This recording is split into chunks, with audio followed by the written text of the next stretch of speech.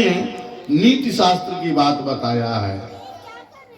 इससे उपाय को सब लोग पढ़ते सुनते कहते इसका अर्थ नहीं समझते। गोस्वामी जी ने लिखा कि समर्थ कहूं नहीं दोष गोसाई रवि पावक सुरसरी की नाई।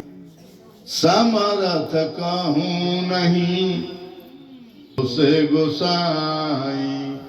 शास्त्रकार कहते हैं बंधुओं की सामर्थ्यवान को कोई दोष नहीं। किसे हैं यह लोग नहीं समझ पाते हैं। हम आप समर्थी यहाँ 3 आदमी का उदाहरण दिया है क्या कि जो असेज सैनहरि करही बुध कछुत दोषण धरही सुभर भानु किसान सर्व रस काहि तिनका मंद कहत को नाही। सुभर अशुभ सुबहि तिनका मंद कहत नहीं कोई। सुबह अशुभ सलिल सब तुलसी को अपनीत न कहे। तब कहा कि समर्थ कहूं नहीं दोष गोसाई।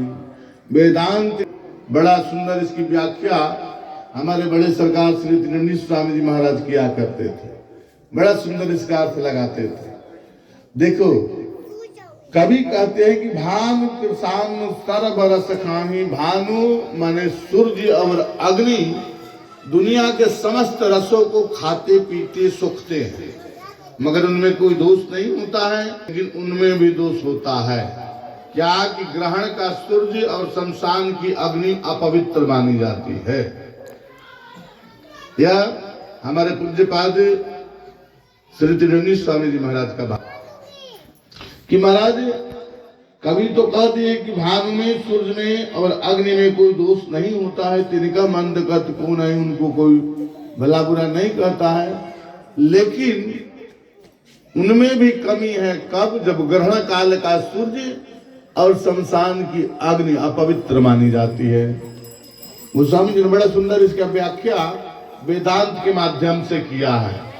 वेदांत के माध्यम से पूज्यपाद गुरुदेव भगवान ने हमारे किया करते थे कि सुरसरी जल जो अस हिस्सा करे नरा जड़ विवेक के अभिमान परई कल्प भरी नरक महूं जीव की समान। इसकी व्याख्या करते हुए कहते हैं गोस्वामी जी कह रहे कि जो अस हिस्सा करे नरा, यदि ऐसा कोई हिस्सा मनुष्य करता हो कि समर्थ कहूं नहीं दोष गोसाई, उसको क्या करना पड़ा है? परई कल्प भरी नरक में हो, कल्प भर में नरक में पड़ता हूं। एक कल्प तक नरक में रहता है। क्यों? क्योंकि हम आप सामर्थ्यवान नहीं है।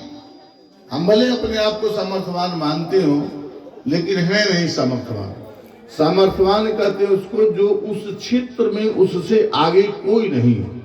जैसे देव नदी गंगा, पवित्रता के मामले में देव नदी गंगा से बढ़कर के और दूसरा में कोई नदी नहीं है।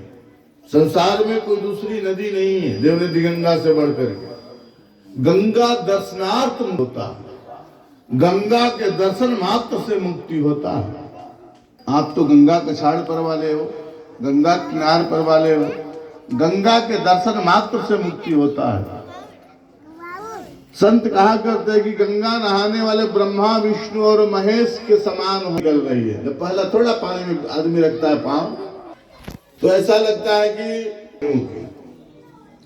और जब स्नान करने के लिए डुबकी लगाता है आदमी, जब स्नान करने के लिए जल में भीतर जाकर के डुबकी लगाता है लोग, तो गंगा सर के ऊपर चढ़ जाती है। और जब नहा करके आदमी घर को आने लगता है तो अपने जल पात्र में कोई कमंडलू हो, लोटा हो, जो भी हो, उसमें गंगा जी का जल आता है। तब भला बताओ किसके कमंडलू में गंगा है? ब्रह्मा जी की। इसलिए गंगा नहाने वाला ब्रह्मा विष्णु और महेश सदृश हो जाता है। बंधु प्रेम से बोलो गंगा महारानी की। पवित्र करने के मामले में बढ़कर कोई नदियां नहीं है। तेज के मामले में सूर्य से बढ़कर कोई देवता नहीं है। और भगवान विष्णु से बढ़कर के कोई अन्य त्रैलोक्य को मुक्त करने वाला कोई देवी देवता नहीं है। सामर्थ्यवान उसे कहते हैं उस क्षेत्र में बढ़कर के उससे और कोई ना हो।